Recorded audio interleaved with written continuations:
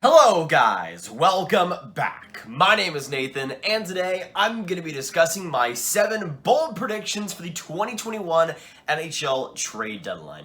Now the trade deadline is just a couple of days away, and although I don't see this trade deadline being the craziest in terms of the amount of trades, I think the unexpected trades will have a lot to offer this year around, and I think there'll be a lot of trades as well and moves that kind of get a little bit of people off guard. So today we're going to be talking about some bold predictions for the trade deadline, bold predictions for stuff that just is going to come out of nowhere and surprise everybody that I think is going to happen within this next week. So, when it comes to this year's NHL trade deadline, what are my bold predictions and what are the craziest things that I think will happen at this year's NHL trade deadline? Watch till the end for all of the predictions and all the trade deadline hype, and hit that subscribe button if you're new. 65% of the people that are watching these videos are not subscribed, so every bit helps, and we make hockey videos just like this one pretty much every other day. Now we're going to go on today to our first bold prediction for the 2021 NHL trade deadline. This one involving the Boston Bruins and the Buffalo Sabres. Now I've talked about both of these teams in length over this past week, but when it comes to the Boston Bruins specifically, especially with the New York Islanders making some pretty big trades so far this year's deadline, I think the Bruins will also be another team that's in on a lot of different guys, and especially the Islanders making a trade like the Palmieri trade. I think the Bruins will be a little bit hasty in making a big deal and trying to make some things go their way. A top 6 forward is obvious in terms of the Bruins' wants, and I think they will go for that. We talked about the Buffalo Sabres and the potential fit of Taylor Hall recently. Well, for my first bold prediction for this year's NHL trade deadline, I think the Boston Bruins will trade for forward Sam Reinhart instead of Taylor Hall. Now, if Taylor Hall actually ends up to the Bruins, I wouldn't be too surprised, but I think Sam Reinhart fits that Boston Bruins mold a lot better in terms of what they're stylistically wanting on their top 6. I think Reinhart has a lot more to offer, even strength play and power play wise, potentially, than Hall does, especially this year, but he will cost, obviously, a lot more. He's still 25 and still a big part of that Buffalo Sabres team, but I think the Boston Bruins will be able to give that up. They have a decent amount of prospects. They have as many picks as you could possibly have if you're a team like them. And I think the Bruins will make that extra push, and you could have Reinhart on that team for a long time, too. And we already see the New Jersey Devils. Those kind of rebuilding teams aren't really taking into account the division rivalry too much, and I think for the Boston Bruins to get a guy like Sam Reinhart will be just an amazing add to that team and would solidify themselves as one of the main contenders, not just in the East, but the entire NHL. Now again, the price tag will be a little bit shifty, but I still think the Boston Bruins will be able to give that up. It'll probably be like a 2022 first rounder, I think. Probably a guy like a Jack Studnicka, maybe a defensive prospect like Eero Vakanainen, and I think that's pretty much where you'd start. But again, for a team like Boston that's in need of a guy like Sam Reinhart especially, I still think it would be a pretty great fit and definitely a good addition for them.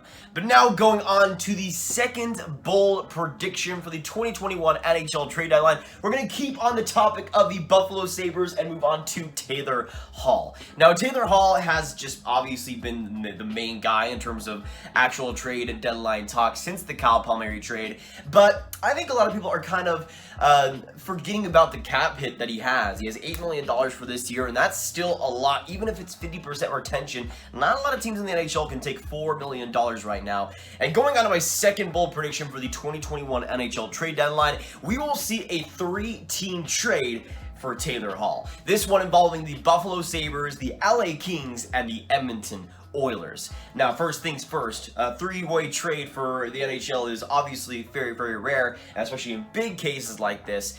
But what I see happening is the Buffalo Sabres will trade Taylor Hall to the LA Kings. The Buffalo Sabres will retain 50%, so $4 million goes to the LA Kings. Then the LA Kings will ship Taylor Hall to the Buffalo Sabres, and the LA Kings will retain 50, or to the Edmonton Oilers. Then the LA Kings will retain 50%, so that makes the Edmonton Oilers only have to pay $2 million in cap hit, which, with how cap strained they are right now, I think is definitely important. But I think the Edmonton Oilers are definitely looking at Taylor Hall. We've seen some reports of that recently, and it makes sense. And now we're going to move on to the third bold prediction for the 2021 NHL trade deadline. This one involving maybe a potential Seattle Kraken. We'll see. But going on to the third bold prediction for the 2021 trade deadline, we're now going to go to the Philadelphia Flyers, and for the bold prediction, I think they will trade young second overall pick Nolan Patrick. Now, we've seen, especially these past couple of days, some really big rumblings, if you will say, from guys like Elliot Friedman that the Philadelphia Flyers are actually shopping Nolan Patrick, and we don't really know to the extent that shopping is actually occurring, but it makes sense with Nolan Patrick continuing to just be on an absolute slump, especially offensively. I think he has 7 points in around 40-ish games.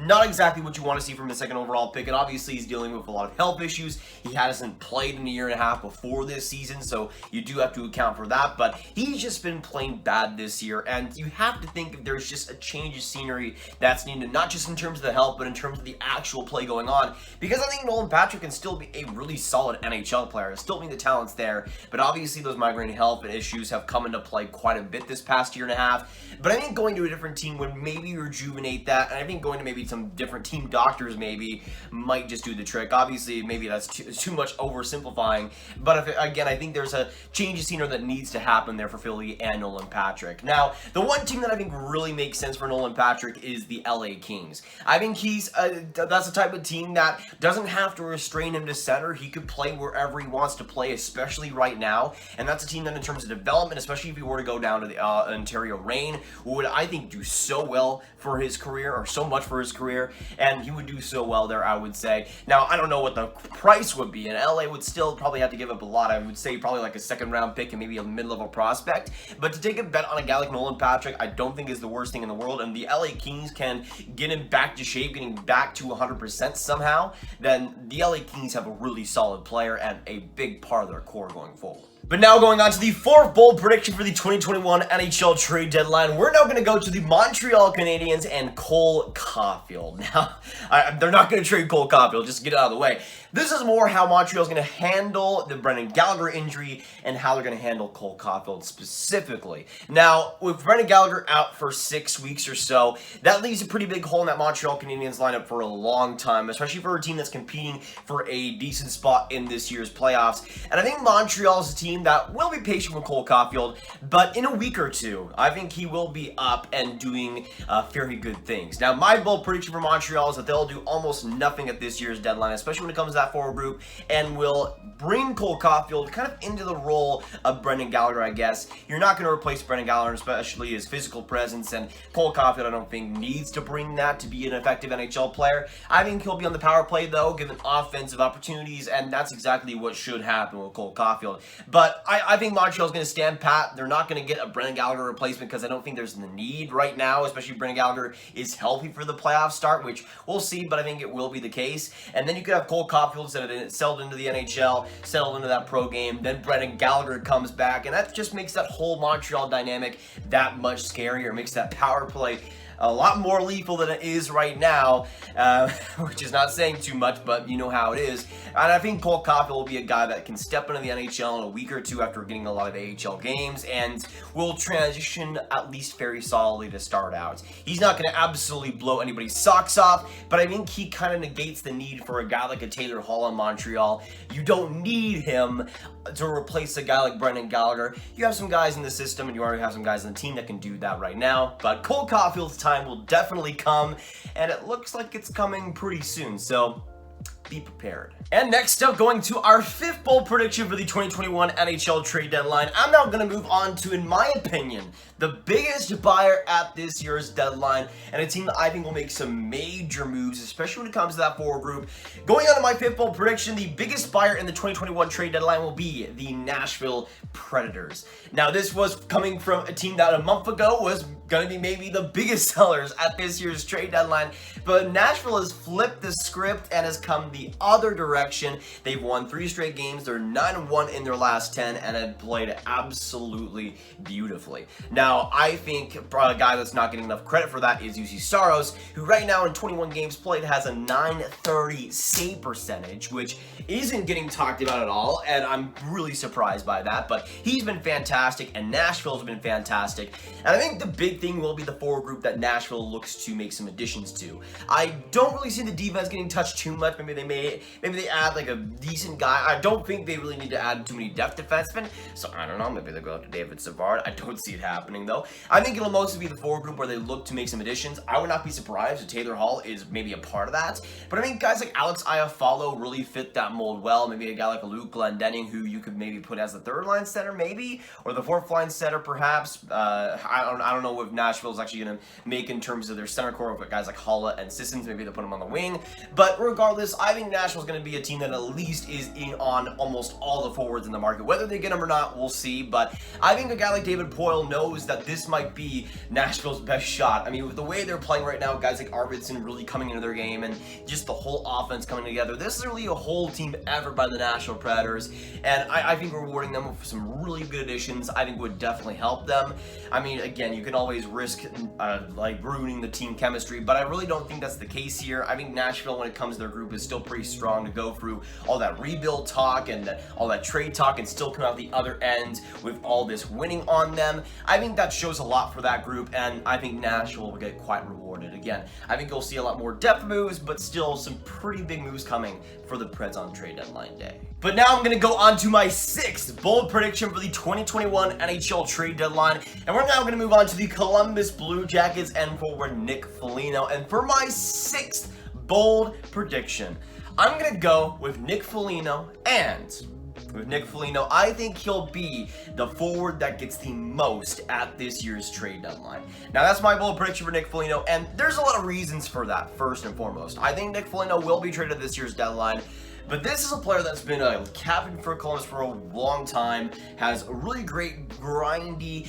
dirty, or not dirty, but kind of, what's the word? Oily game? I'm this is a really weird way to put it, but he's kind of fitting the mold, I think, for a lot of teams right now as the kind of Blake Coleman of this trade deadline, and I think that's really enticing for a lot of teams. I mean, for Tampa, you obviously saw how it worked out for them, and I think a lot of teams are not just looking for it at the trade deadline, but just in the entire NHL to have those bottom 6 players that can truly play those intense physical games, grind other teams down, especially when it comes to playoff time, and have the leadership to boot. And Nick Foligno does tick a lot of those boxes. And when you look at a guy like Taylor Hall, who Buffalo likely won't even get a first-round pick for, I look at a guy like Nick Foligno, where he might not get a first-round pick, but I can see him getting a decent second-round pick, a mid-grade prospect, maybe another solid pick on top of that, maybe a third-round pick perhaps.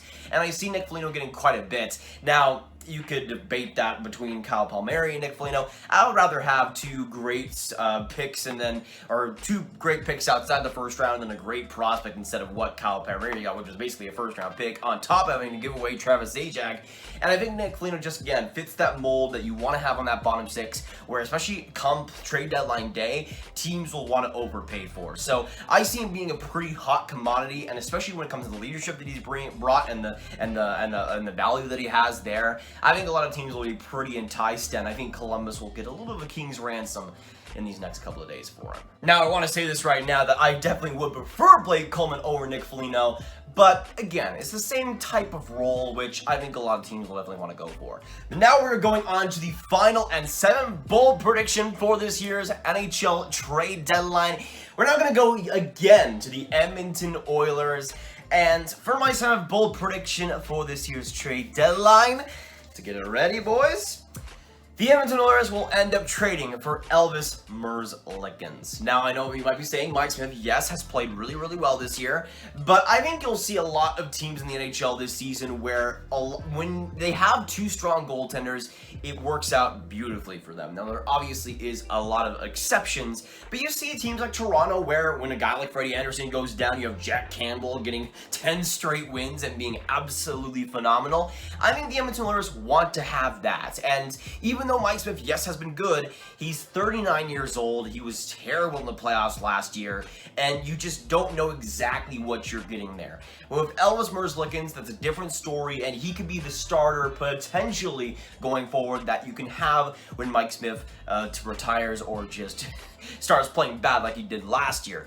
And I think the solution to this cap-wise is to end up trading Mikko Koskinen. Now, Mikko Koskinen makes about 4.2. I think Merzlikins makes exactly $4 million on his deal. So it would work just in terms of a one-for-one. It's obviously not going to be that way. But I could see it being that where Merzlikins goes to Edmonton, then going the Columbus Blue Jackets way would end up being Mikko Koskinen. And you could have a Finnish goalie tandem in Columbus of Korpisalo and Koskinen, which I think would work well for both of those goaltenders.